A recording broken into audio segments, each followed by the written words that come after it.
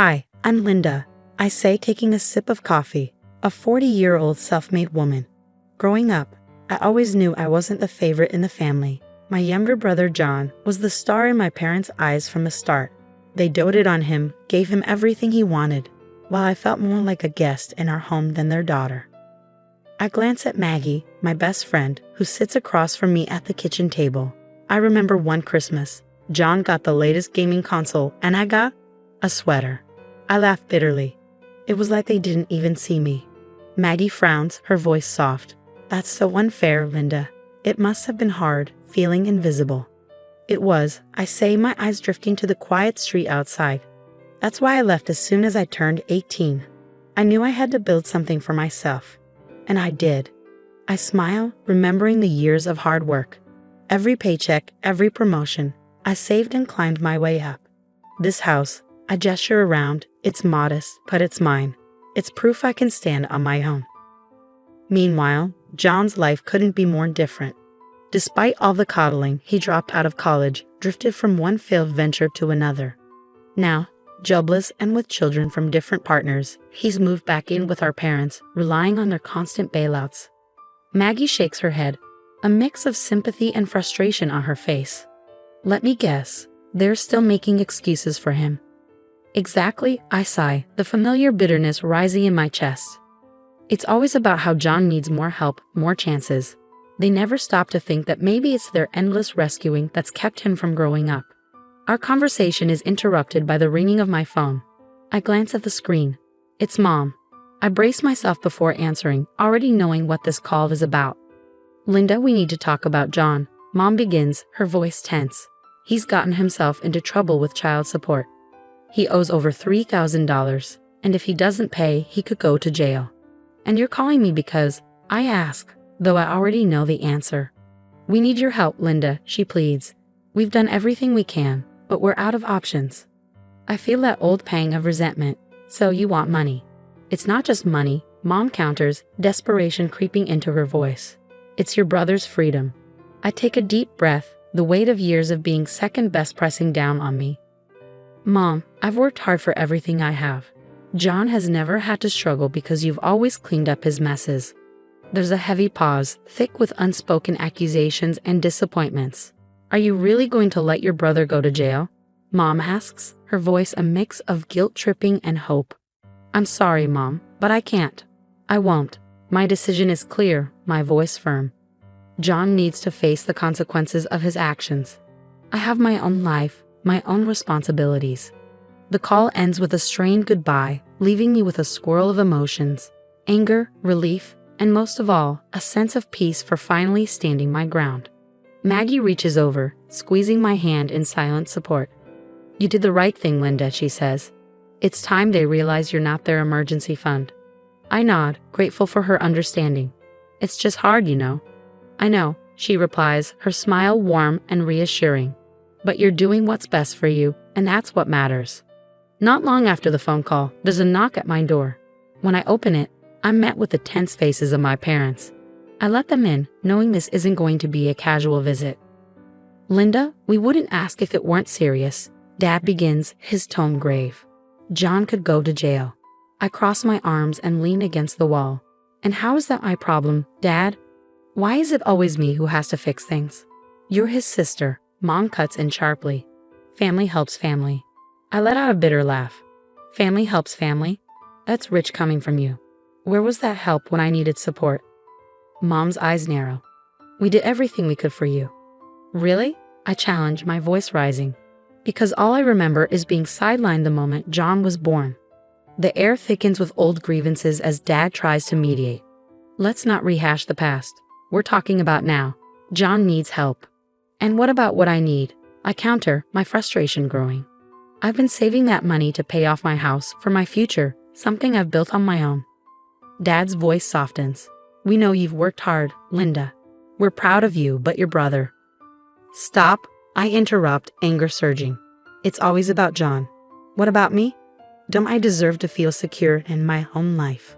You're being selfish, Mom accuses, and the sting of her words cuts deeper than I expected. After all we've done for you. All you've done? I snap. You mean ignoring me unless it was convenient? You've never once considered what I might need." The conversation escalates quickly, voices rising, emotions raw. "You want me to bail him out? Just hand over the money I've worked years for." "No, I won't do it." "We're still your family," Linda, Dad says, disappointment etched in his face. "How can you turn your back on us?" I stare at them, my heart pounding. "How many times did you turn your back on me when I needed you? Where were you?" Mom's eyes fill with tears. "We came here hoping you'd understand the gravity of the situation. John is your brother. And I am your daughter," I reply sharply. "But that never seemed to matter much unless it was convenient for you," I added, my voice heavy with the weight of unspoken truths. A painful silence followed, thick with the tension of everything that had gone unsaid for years. Finally, Dad broke the quiet, his voice low and measured. "So you won't help?" "I can't. I won't," I reply, standing firm. "I have my own life to think about. It's time John learns to deal with his own problems." Mom's eyes flash with a mix of disbelief and anger. "You'll regret this, Linda. You're choosing money over your own family." "It's not about the money. It's about respect. Something I've never really gotten from you." This is where I draw the line. After my parents left, the house felt eerily silent, like the calm after a storm. But I knew this quiet wouldn't last. The real tempest, the gossip, the family opinions, was still brewing. It didn't take long for the news of our confrontation to ripple through the family. Calls and messages started flooding in, each one reminding me of the divide my decision had caused. Some relatives were quick to criticize, echoing my parents' disappointment. "How could you refuse to help your own brother?" One aunt scolded over the phone, her words sharp and laced with judgment, meant to guilt me into reconsidering. But amid the disapproval, there were also voices of support. Maggie, ever steadfast, rallied our circle of friends. "You did what was right for you, Linda. Don't let anyone make you doubt that," she reassured me during one of our late-night chats. Then there was my cousin Lucas, a distant relative who had always seemed to understand the family dynamics better than most. One evening, I received a text from him. "I heard what happened. It's about time someone stood up to them." His support was unexpected, but welcome. A reminder that I wasn't alone in recognizing the toxic patterns that had plagued our family for years. As the days turned into weeks, the initial barrage of calls and messages began to wane, but the tension within the family lingered. I attended a family gathering knowing well the kind of reception I might face. Walking into the room felt like stepping onto a battlefield. Eyes tracked my every move, and whispers barely concealed themselves throughout the event. Lucas stayed by my side, his presence a quiet pillar of strength. "You're handling this better than most would," he mentioned as we stood off to the side, away from the crowd. "I have to," I replied, "for my own peace." In the weeks following the family gathering, I focused on building a healthier, more balanced life.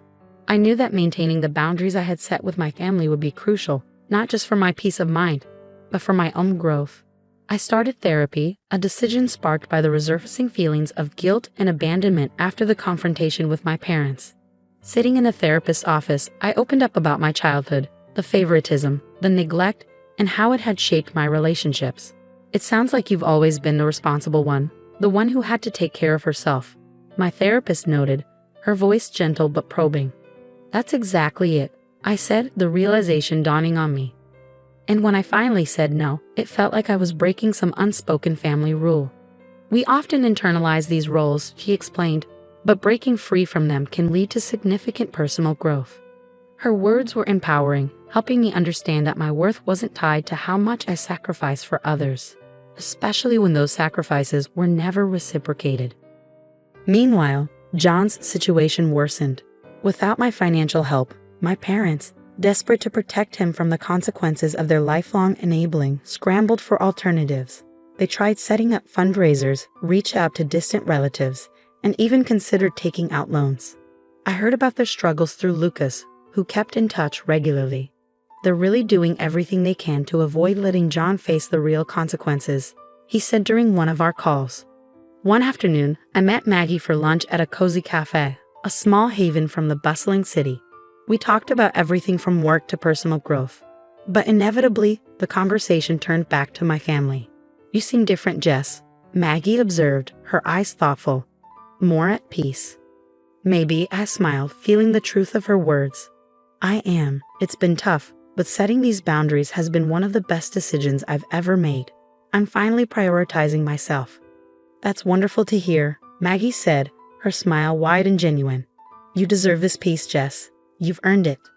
Months have passed since I firmly established boundaries with my family, and life has gradually settled into a new, healthier rhythm. I took a significant step towards securing my future by legally documenting my decision not to be financially responsible for my parents or John. This wasn't just about protecting my assets, it was a statement of independence and a commitment to prioritizing my own well-being. Despite these safeguards, news of John's ongoing struggles and my parents' worsening financial and health issues still made its way to me, mostly through Lucas, who remained my connection to the family dynamics without pulling me back into old, unhealthy patterns. One evening, I hosted a small gathering at my home. The room was filled with warmth and laughter, a stark contrast to the family gatherings I used to dread. Surrounded by the friends and allies who had supported me through my hardest moments, I felt immense gratitude. Maggie, ever the supportive friend, raised her glass during a toast. "To Linda, for showing us the strength it takes to choose oneself, even when it's hard." The room echoed with cheers, and I felt a surge of pride. These people, my chosen family, understood my journey, respected my decisions, and celebrated my victories as their own. They had been there through the setbacks and challenges, offering comfort and solidarity. As the evening wound down, I found myself at my favorite spot by the window, gazing out at the city lights.